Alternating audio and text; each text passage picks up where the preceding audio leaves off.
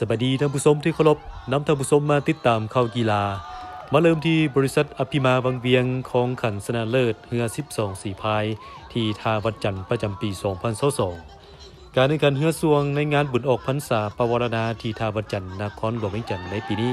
เริ่มเปิดหน้าน้ำสวงสิงเจ้าท่าในวันที่ 10 ตุลาผ่านมาซึ่งเป็นเรือ12สีพายโดยมี21ลำเข้าร่วมสิงไซแบ่งออกเป็น4สาย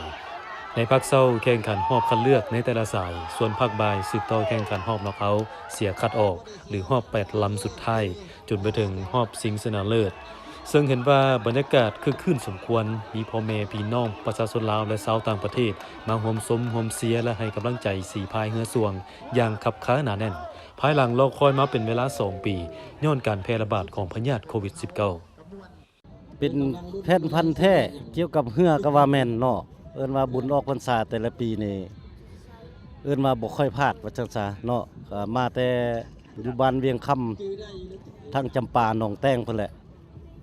เอิ้นว่าทุกๆปีเนาะเกี่ยวกับบุญออกพรรษาเกี่ยวกับบุญช่วงเรือนี่เอิ้นว่ามักหลายเอิ้นว่ามาสู่ปีแต่ว่าคาดวง2ปีมานี่เกี่ยวกับโควิดนี่บ่ได้มาเนาะแต่ซั่นปีนี้ก็เอิ้นว่าได้มาคือเก่า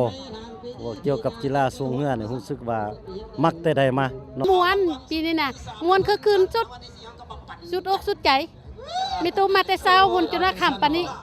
ยังม่วนอยู่จนว่าเสือฮอดสุดท้ายพุ่นแหละ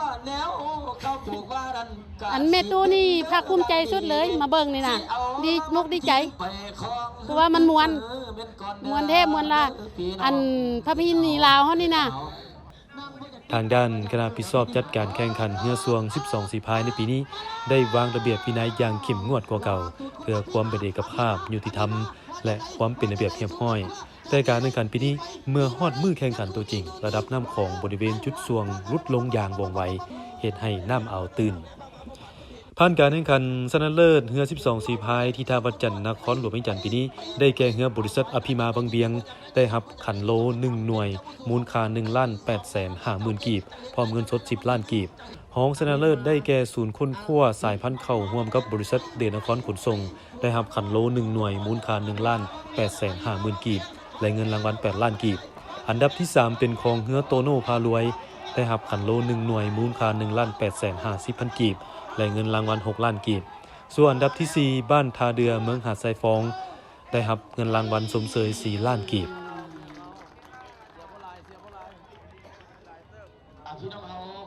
ได้มาประสบตัวจริงแล้วก็รู้สึกว่าเจ้าภาพที่ว่าเพิ่นจัดงานได้สมบูรณ์แบบหลายเนาะสะดวกสบายที่สุดและอีกประการหนึ่งก็ขอขอบใจนำทั้งสีพายสำบันนันหลองที่บ่เคยทิ่มบ่ปะชาวเมืองเวียงเนาะที่เฮ็ดให้เมืองเวียงของพวกเฮาเมื่อใดที่ได้ลงแข่งขันก็ถือว่าประสบผลสำเร็จทุกครั้งเนาะหรือด้านเฮือสวง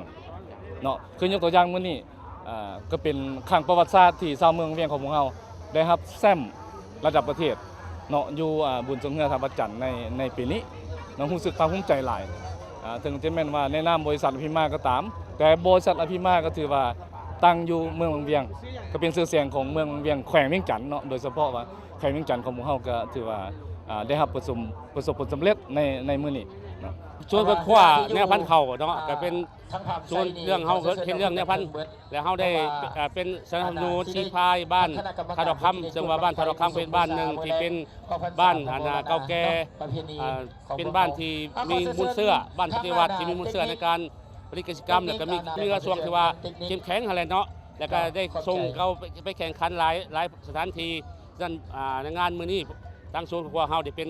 สปอนเซอร์ได้พาเรือสวงเข้ามาแข่งขันซึ่งว่าเป็นครั้งประวัติศาสตร์เนาะผ่านมาก็เคยมาแข่งแต่บ่เคยเข้ารอบ